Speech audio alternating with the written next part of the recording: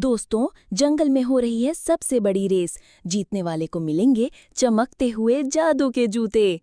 और सबसे आगे है बिजली गिलहरी। रेडी सेट भागो। मैं तो सेल्फी लेते लेते भी जीत जाऊंगी। लेकिन ये क्या, नागिन तो नीचे के रास्ते से गया। रूल्स मेरे लिए नहीं। मैं तो आराम से जा रहा हूँ भाई, थकूंगा तो नहीं। सब भाग रहे थे, कोई जीत कर रहा था, लेकिन जीता कौन? मोटा भालू। और जादू के जूते उसके पैरों में आ गए। और अगर तुम भी जादू के जूते चाहते हो ना, तो लाइक दबाओ और सब्सक्राइब करके जंगल का वीआईपी बन जाओ।